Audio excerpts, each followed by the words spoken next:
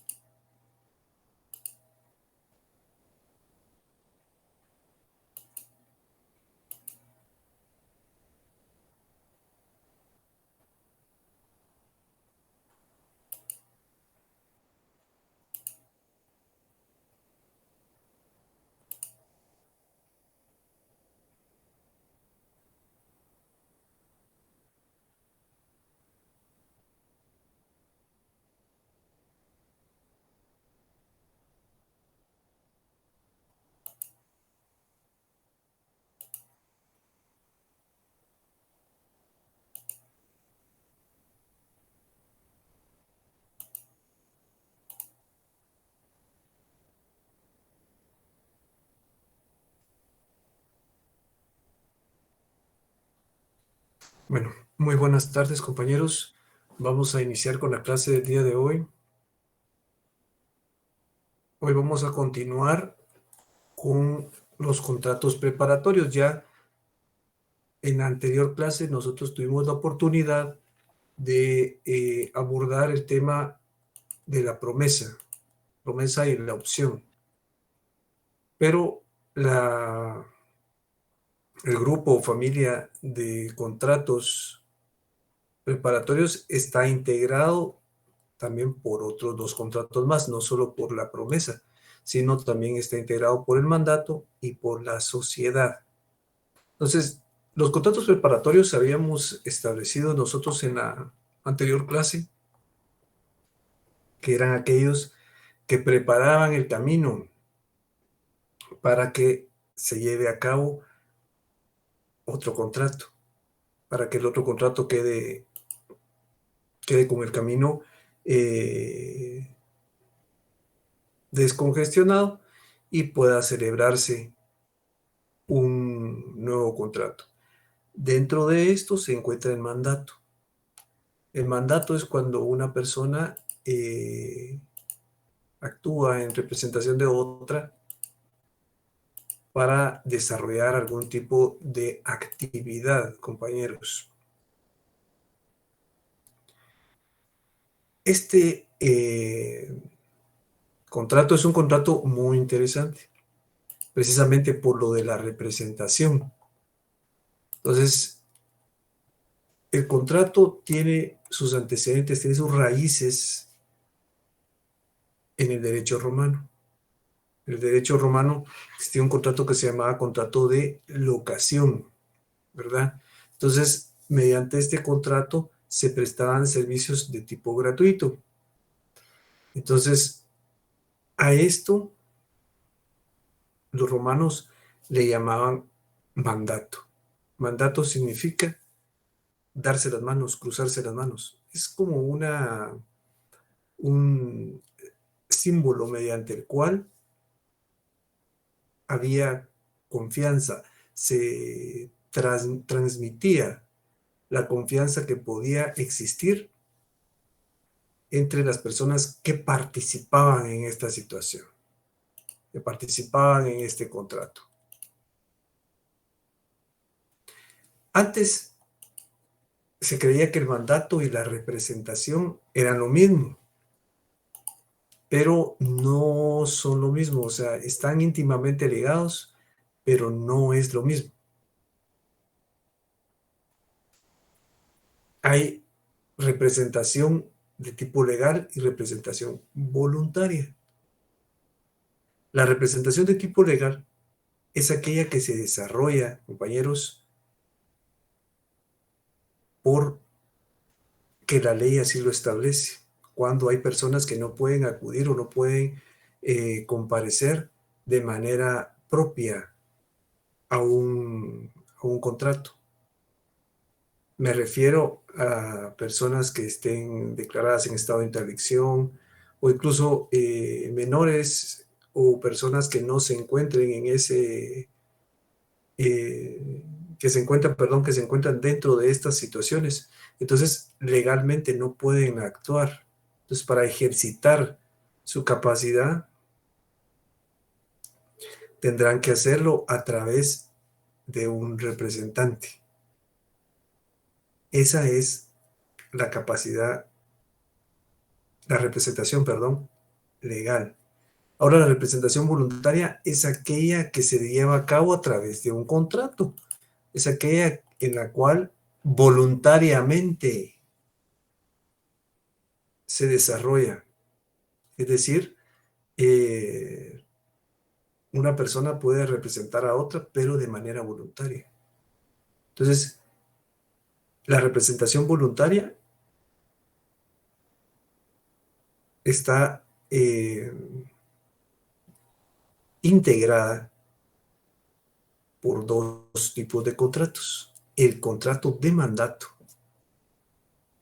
y la sociedad, que también se le denomina sociedad civil, porque está descrita dentro de nuestro Código Civil, pero realmente el nombre del contrato es sociedad. Realmente se nombra a la sociedad, pero realmente todas las personas jurídicas actúan con alguna representación, ¿verdad? Cualquiera, porque son personas abstractas. Perdón que a veces interrumpa un tanto la exposición, compañeros, pero continúo dando ingreso al resto de compañeros. Veamos, compañeros, el artículo 1686 de nuestro Código Civil. Dice el artículo 1686. Por el mandato, una persona encomienda a otra la realización de uno o más actos o negocios. El mandato puede otorgarse con representación o sin ella. En el mandato con representación, el mandatario obra en nombre del mandante y los negocios que realice dentro de las facultades que se le hayan conferido obligan directamente al representado. El mandato sin representación, el mandatario obra en nombre propio sin que los terceros tengan acción directa contra el mandante. Fíjense, compañeros, que aquí, por eso es que en un inicio hice la diferenciación entre lo que era el mandato y la representación, porque no es lo mismo. El mandato forma parte de la representación, es una representación voluntaria. Pero el mismo mandato, de conformidad con nuestra legislación, puede ser con representación o sin ella. Realmente, al momento de, al momento de faccionar un contrato, elaborar un contrato en el cual existe representación, pues es muy fácil establecer que el representante o el mandante y el mandatario van a actuar de una manera coordinada, y el mandatario, si incurre en algún tipo de problema, pues entonces se le deducirán responsabilidades. El caso es que el mandato sin representación, compañeros, la ley lo establece, aunque en lo particular nunca he tenido la oportunidad de ver tan siquiera uno. Realmente se utiliza muy poco. Creo que son pocas las personas que se arriesgan a que el mandatario actúe en el nombre propio, disponiendo de patrimonio que no es de él. Entonces, por eso es que este mandato no tiene tanto uso dentro de nuestra actividad profesional. Es el mandato con representación el que domina esta situación. El mandato con representación perdón, como les decía, es el que más se utiliza, y ya vamos a ver ahorita por qué reciben varios nombres. Si ustedes se dan cuenta, el mandato, hay algunas personas que dicen mandato general con representación, eh, y otra cantidad de nombres un tanto extensa. Aparte está el mandato especial o mandato con cláusula especial. Entonces, ahorita, en este punto, que es el mandato, vamos a ver por qué razón es que se denominan o tienen esas nominaciones. Veamos la siguiente diapositiva, compañeros.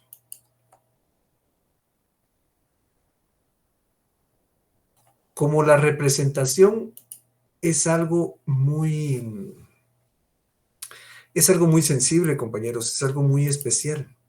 El hecho de que una persona actúe en nombre de otra es algo bien, bien especial.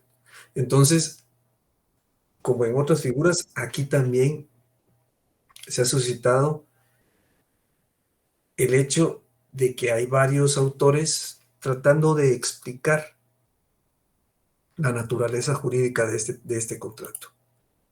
Entonces, hay varias teorías que pretenden dar respuesta, compañeros, a la naturaleza jurídica del mandato, a ese hecho tan especial de que una persona pueda actuar en nombre de otra.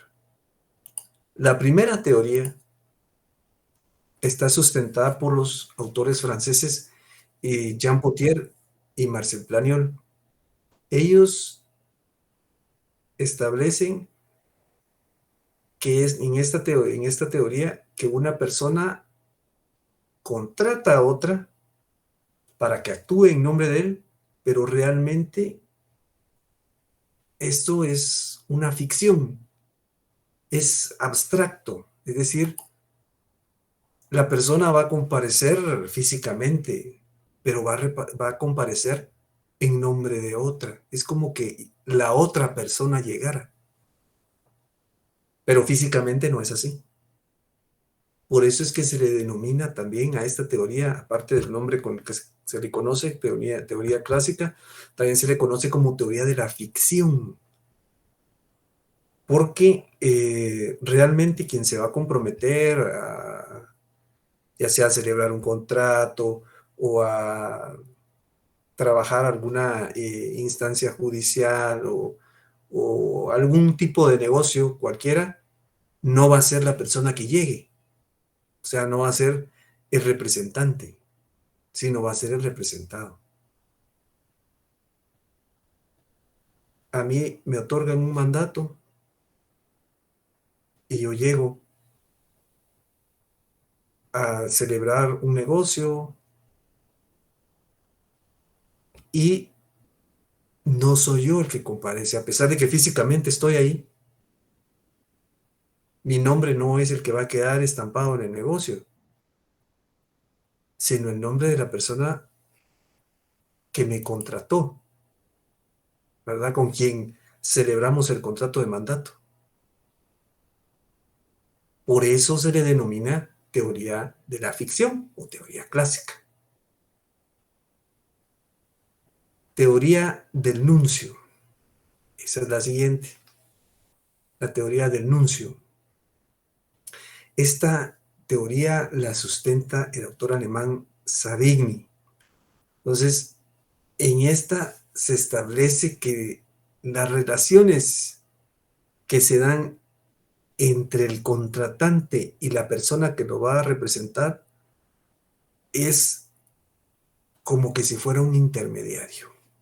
Por eso a esta teoría también se le conoce como teoría del nuncio o del mensajero. Entonces aquí se toma al intermediario como que si fuera un mensajero. Es decir, al mandatario, ¿verdad? A quien va a representar. Es un mensajero, él llega, pero no llega y actúa en nombre propio, actúa en nombre de otra persona. Que eso, compañeros, es algo bien especial, bien interesante. Por eso es que hay tantas explicaciones doctrinarias en relación al punto. Luego tenemos la teoría de cooperación de voluntades. Aquí ya involucramos el tema de la voluntad, ¿verdad? Que debe de desarrollarse, que debe de trabajarse de conformidad con la voluntad de las personas que están compareciendo en el contrato, de los contratantes, otorgantes, comparecientes. Entonces, según esta teoría, aquí no es un mensajero, sino que como las personas en algún momento llegaron a un acuerdo de voluntad, cooperan entre sí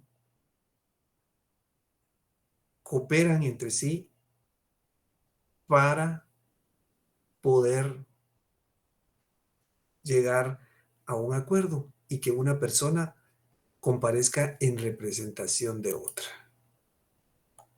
A eso es a lo que se refiere esta teoría. Esta teoría nos explica que tanto el representante como el representado cooperan entre sí, sus voluntades cooperan para que una persona represente a la otra, sea a cargo de sus negocios, sea a cargo de sus contratos, pero básicamente por el hecho de poder cooperar con él, que ambas voluntades cooperen, ¿verdad? Entonces, vemos el hecho de que en esta teoría, distinto de las otras dos, de la ficción y la denuncio, ya se involucra el tema de la voluntad. En las otras, pues bueno, la persona que está llegando y actuando en nombre propio, en nombre de otra persona, es una ficción, es como que estuviera llegando otra persona. Y en la otra es un mensajero, simple. Luego tenemos otra teoría, la teoría de la sustitución de voluntades. Entonces, esta teoría ha sido bastante discutida, compañeros, porque de conformidad con esta teoría, el representante sustituye la voluntad del representado. Es decir, yo necesito que alguien comparezca en mi nombre a firmar un contrato, porque yo no voy a estar en el país o voy a estar en el interior del país, pero no voy a estar en ese lugar para esas fechas. Entonces, otorgo un mandato, hablo con otra persona y establecemos que él me va a representar.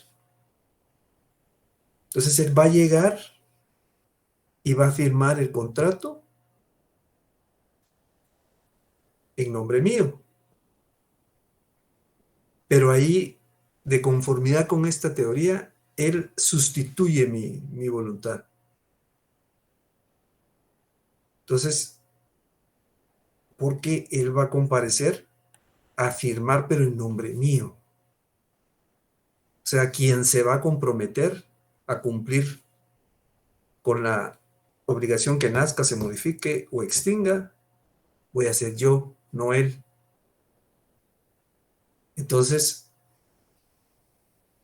por eso esta teoría establece que que la voluntad de una persona sustituye a la otra. Esta teoría ha sido bastante eh, discutida, porque prácticamente toma en consideración como que una voluntad reemplaza a la otra. Entonces, es por eso que se toma en consideración dentro de la mayoría de teorías que procuran explicar la naturaleza, pero la sustitución obedecería más si alguien está actuando a nombre propio, pero en este caso está representando a otra persona.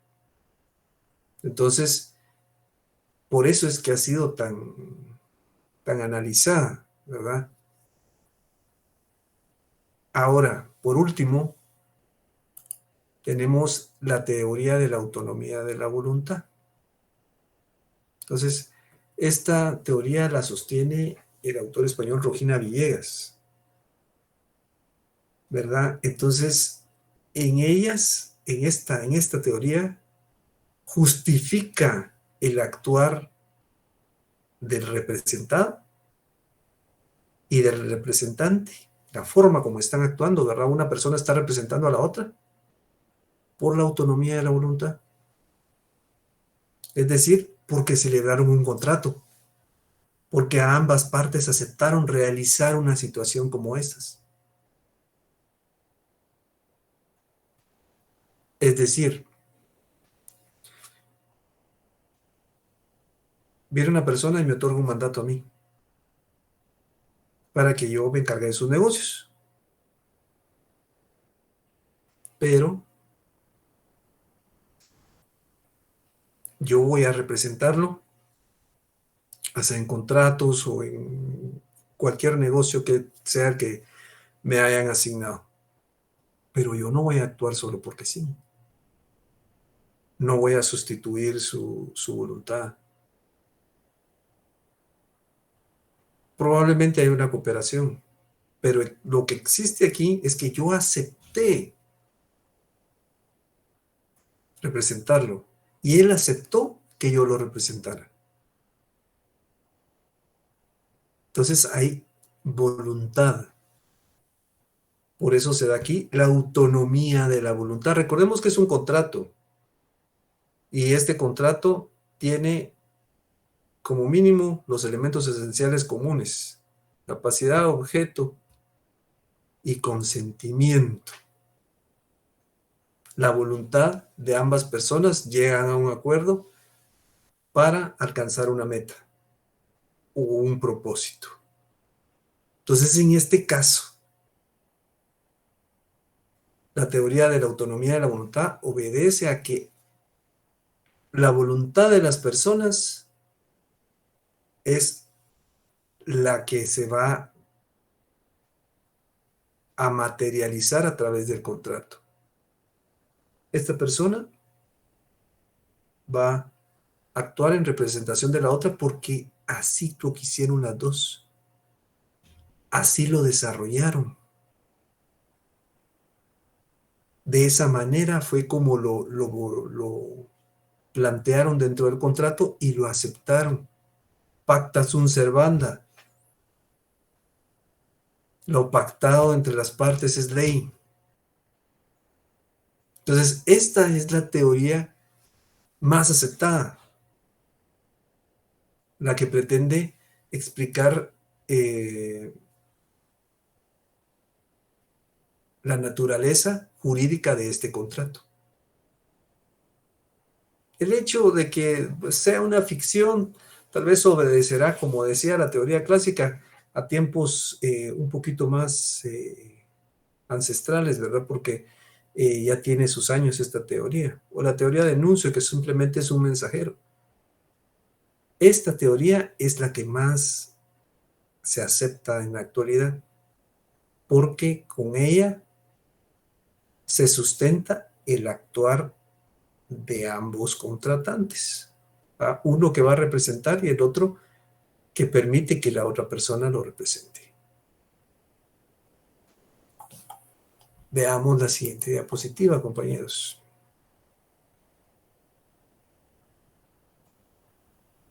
Características del mandato. El mandato, al igual que los demás contratos, tiene una serie de características que lo hacen, lo diferencian, ¿verdad? Tiene características muy peculiares y particulares. La primera es un contrato consensual, es decir, el consentimiento es el que va a dominar esta situación. El consentimiento va a perfeccionar el contrato. O sea, una vez el representante y el representado actúan, van a llegar a un acuerdo, van a llegar a un propósito, a una meta, que es que una persona se encargue de los negocios de otra, representándolo. Pero para eso tienen que consensuar. Entonces, por eso esta primera característica es importante. Es un contrato consensual, no es un contrato real, donde para obtener los beneficios, para que se pueda ver los efectos del contrato, tengo que entregar un bien inmueble. No es así. Aquí es un contrato en el cual el consentimiento dominará desde un inicio. Es un contrato oneroso o gratuito. Veamos el artículo 1689 del Código Civil. Dice, solo es gratuito el mandato si el mandatario hace constar de manera expresa que lo acepta de ese modo. El mandatario es el representante. Entonces, si yo acepto en determinado momento representar a una persona sin que me paguen, el mandato será gratuito. Pero ¿por qué se le conoce como oneroso o gratuito? Para algunos autores, la definición no es que sea oneroso o gratuito, sino es que sea unilateral o bilateral. ¿Pero qué quiere decir esto? Si es gratuito, quiere decir que solo una de las partes que está compareciendo va a obtener los derechos y la otra va a obtener cargas, obligaciones, como lo habíamos expuesto en el anterior contrato también.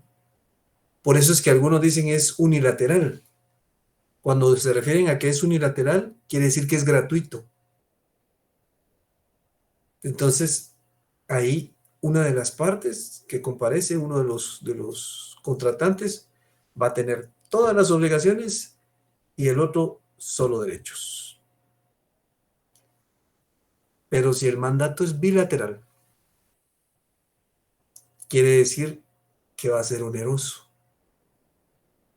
Ambas partes tienen derechos y ambas partes tienen obligaciones. Entonces, esto quiere decir que en determinado momento, al momento de pagar, de cobrar por eso, de obtener algún tipo de ganancia por eso, por representar a la otra persona, entonces el contrato ya será oneroso, ya o bilateral, porque ambas partes tienen obligaciones y ambas partes tienen derechos. Por eso es que se le denomina de esa manera. Ahora, vamos a exponer ahorita algo bien interesante, compañeros. El mandato es un contrato formal. Es un contrato formal. ¿Qué quiere decir esto? Quiere decir que para poder formalizarlo, ¿te recuerdan que vimos las formas de los contratos, verdad? Para formalizarlo debe de desarrollarse en escritura pública. Entonces, como es formal, recuerdan de los requisitos ad solemnitatem y ad probationem. Uno es para que sea medio de prueba y el otro es por la formalidad que se pide a través de la ley. En este caso, el contrato de mandato es formal. Debe de desarrollarse en escritura pública. Pero hay algunas circunstancias y situaciones que deben de tomarse en consideración. Y es que en algunos lugares, tal vez ustedes han tenido la oportunidad, hacen referencia a lo que se denomina carta poder. Mire que le extiendan una carta poder, dice. Entonces, ¿cuál es la diferencia que existe con un mandato? Si estamos viendo que el mandato es formal, o sea, tiene que ir en escritura pública. Pero aquí hay una particularidad. Si bien es cierto, el mandato debe ir en escritura pública y debe de ir registrado en el registro de poderes de la Corte Suprema. ¿Qué pasa entonces cuando existe esta situación de carta poder? Esto tiene que ver con la cuantía, es decir, con el valor que se manejen en los negocios. Si no excede de 1,000 quetzales, entonces se otorga un documento privado.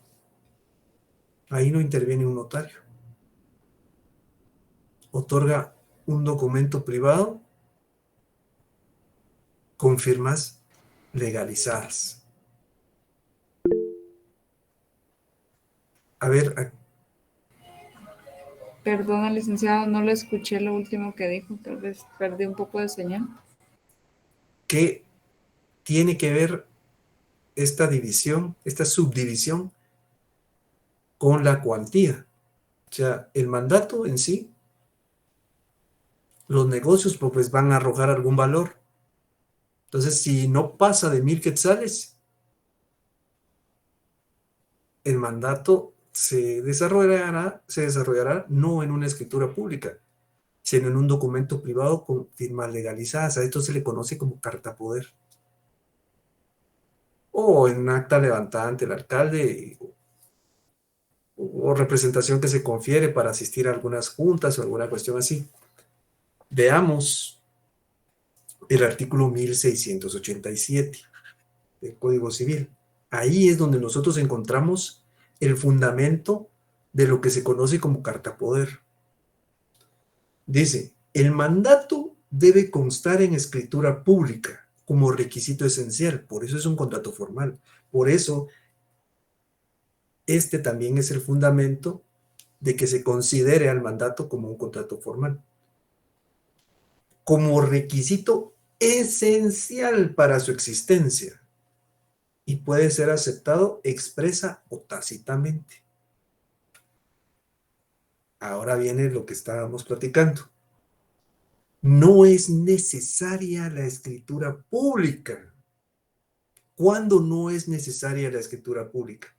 Primero, cuando se trate de asuntos cuyo valor no exceda de 1,000 quetzales, en cuyo caso puede otorgarse el mandato en documento privado, legalizado por notario o en acta levantada ante el alcalde o juez local con las formalidades legales.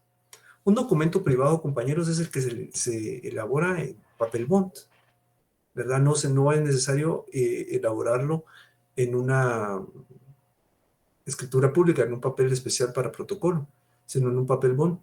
No es necesario que comparezca un notario, comparecen ambas partes. Al final se autentican las firmas para establecer que las personas que comparecieron eran realmente quienes decían ser. Entonces ese es un documento privado. Segundo, cuando la representación se confiere por cartas poderes para la asistencia a juntas y demás actos en que la ley lo permite. El mandato para asuntos judiciales queda sujeto especialmente a lo que establecen las leyes procesales. Eso ya lo veremos más adelante, la ley del organismo judicial. Entonces, de esta manera, nosotros podemos tener ya en mente la diferencia que existe entre una carta poder y un mandato. Realmente, el mandato lo que sucede es que es más caro, ¿verdad? Por eso es que en algunos lugares, como si no se excede de 1,000 quetzales el negocio, pues bueno, puede comparecer a través de una carta poder. Pero hay que tener en consideración esos requisitos de los que hablamos, ¿verdad? Requisitos ad probationem y ad solemnitatem. Por eso es que este es un documento formal para cuya existencia esencialmente debe ir en escritura pública. Ahora, ¿quiénes comparecen aquí? ¿Quiénes son? ¿Cómo se les denomina a las personas que comparecen? Al representante y al representado. Al representado, que es el que está otorgando el mandato, se le conoce con el nombre de mandante. Mandante o poderdante, porque es el que da el poder. Mandante o poderdante. Ahora, quien está representando, quien está efectuando la representación, a él se le denomina mandatario o apoderado.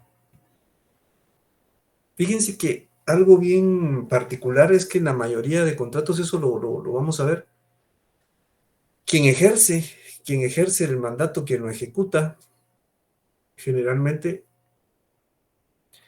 lleva las vocales IO, mandatario, donatario, comodatario. Eso es para tener una idea un poquito más clara al momento de cuando entremos a los otros contratos. Pero aquí nosotros podemos darnos cuenta que si más o menos se cumple esa cuestión que yo les comentaba en relación a cómo se escribe la nominación de la persona que ejerce la representación. Entonces, el mandante es quien va a otorgar la representación.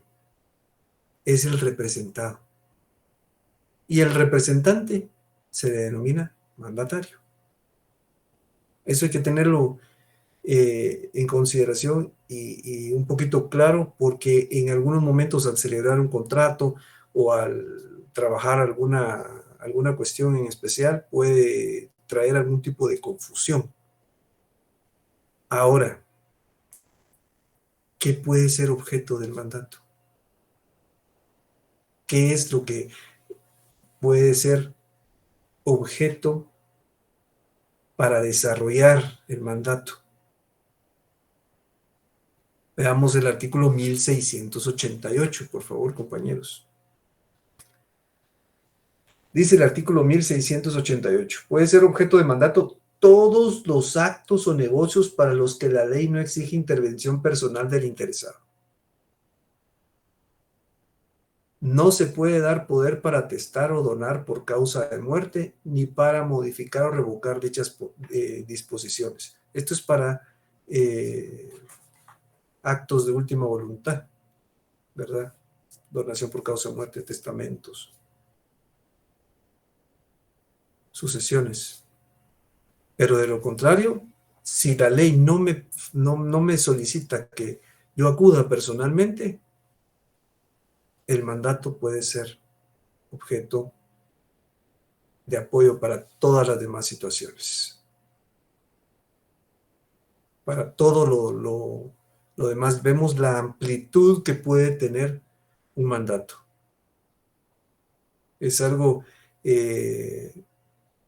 que puede en determinado momento apoyar a muchos negocios o situaciones que pueden presentarse de que en relación a que el representado no pueda comparecer. Entonces tendrá que ser a través de un mandatario, de un representante. Él lo tendrá que representar en algunos negocios o en algunas situaciones. Veamos la siguiente diapositiva.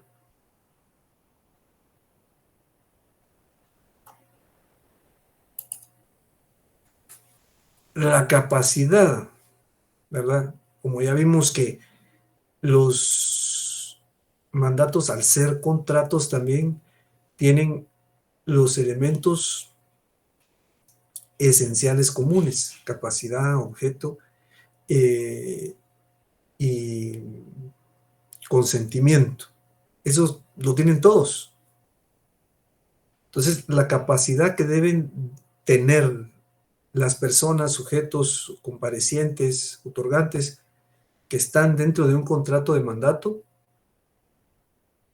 tienen que tener la capacidad de ejercicio, ¿verdad? Más de 18 años para poder desarrollarlo y que no estén declarados en estado de interdicción. Entonces, tienen que cumplir con esa situación, ya sea quien va a otorgar el mandato y quien lo va a ejecutar, es decir, quien va a representar. Siempre hay algunas particularidades y situaciones especiales.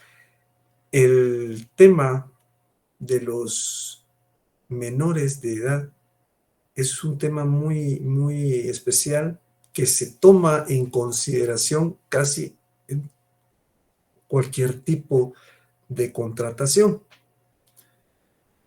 En el artículo 1691, compañeros, se desarrolla lo relativo al mandato cuando hay menores. Dice: los representantes de los menores incapaces o ausentes no pueden dar poder general, sino solamente especial para asunto determinado que no pueda ser atendido personalmente por ellos. El mandato general, compañeros, es el mandato que se otorga para que una persona se encargue de todos los negocios de otra. Eso es el mandato general. El mandato especial es cuando se otorga para situaciones específicas, para asuntos determinados, no para la totalidad de los asuntos o negocios que una persona quiera desarrollar. Veamos ahora el artículo 1692. Dice: se necesita poder especial para donar entre vivos, contraer matrimonio, otorgar capitulaciones matrimoniales, pactar las bases referentes a la separación o al divorcio, demandar la nulidad o insubsistencia del matrimonio, constituir patrimonio de familia, reconocer hijos y negar la paternidad. Este tipo de situaciones, compañeros, es lo que contiene el mandato especial. Como ya les dije, el mandato general es para hacerse cargo de todos los negocios, pero para este tipo de actividades o negocios que están contenidos dentro del artículo 1692, entonces ahí se necesita un mandato especial para estas situaciones que contempla este artículo. Eso es de tenerlo en consideración, compañeros. No se puede otorgar un mandato general si se va a conocer sobre esta situación. Entonces es de tenerlo en consideración. ¿Tienen alguna duda, compañeros? ¿Alguna observación, alguna inquietud de lo que hemos platicado?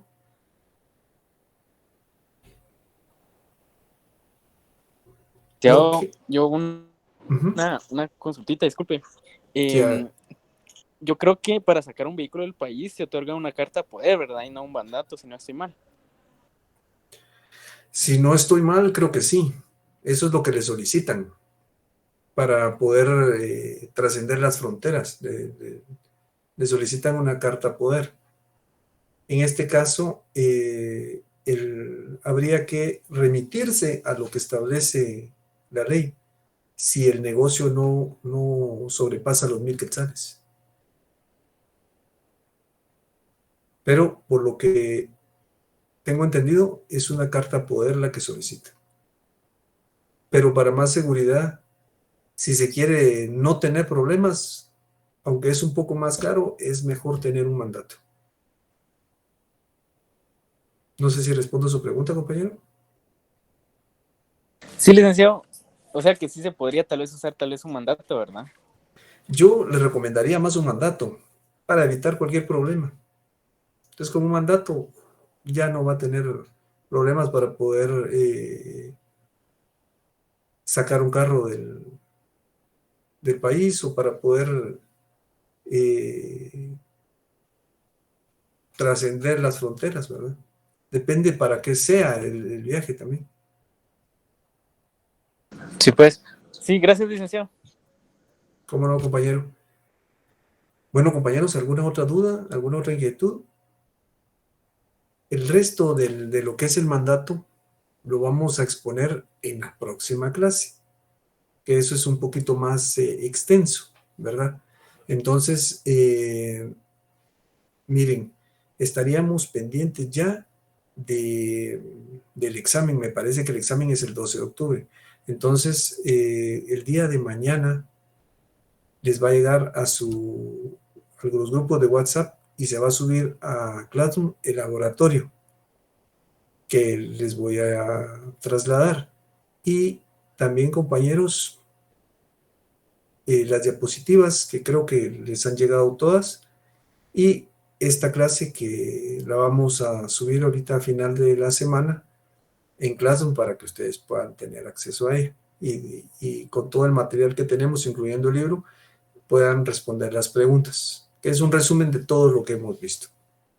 Entonces, compañeros, les agradezco mucho su atención, compañeros. Entonces nos vemos en la próxima clase, nos vemos para el examen, compañeros, que es el 12 de octubre.